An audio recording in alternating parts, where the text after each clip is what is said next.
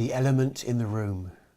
This poem is not to scale. It does not adhere to scholarly standards or scientific exactitude. Its only apology is to Dr. Seuss.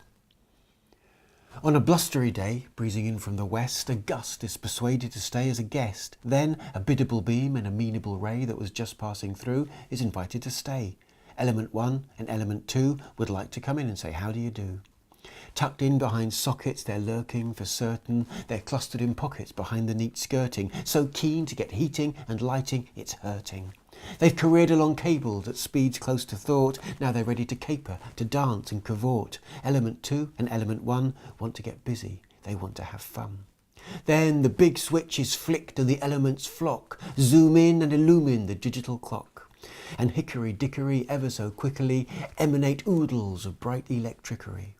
The charge is at large that was hid in the grid. There's juice on the loose that will do as it's bid. Put whiz in our widgets and frost in our fridge. It's a beautiful thing when the elements come. Flat screens glimmer, white goods hum. The elements animate every appliance, channel the sun and the wind like a seance.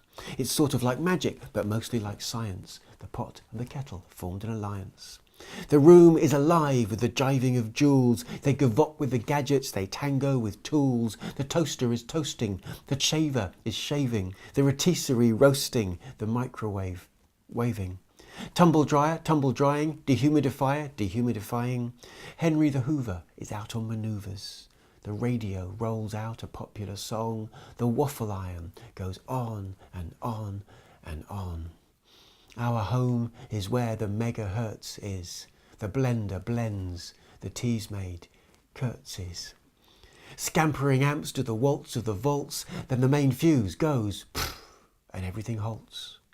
Element 1 and element 2 have died. What are we going to do? Element 2 and element 1 have left the building, upped and gone. Nobody pouts and nobody panics. We trust in the first law of thermodynamics.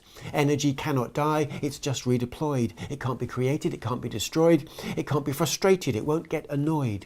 It can't be upset, it won't get in a mood, but it can be renewed and renewed and renewed. Can be scooped from the sky, can be sieved from the sun, and then ushered inside, though we've hardly begun to begin, in fairness, to harness the furnace or funnel the furies in earnest. We will never run out, there is always enough. You can't run out of physics and science and stuff. And the one thing we'll never run out of is weather. And the weather won't ever, no, not ever, ever.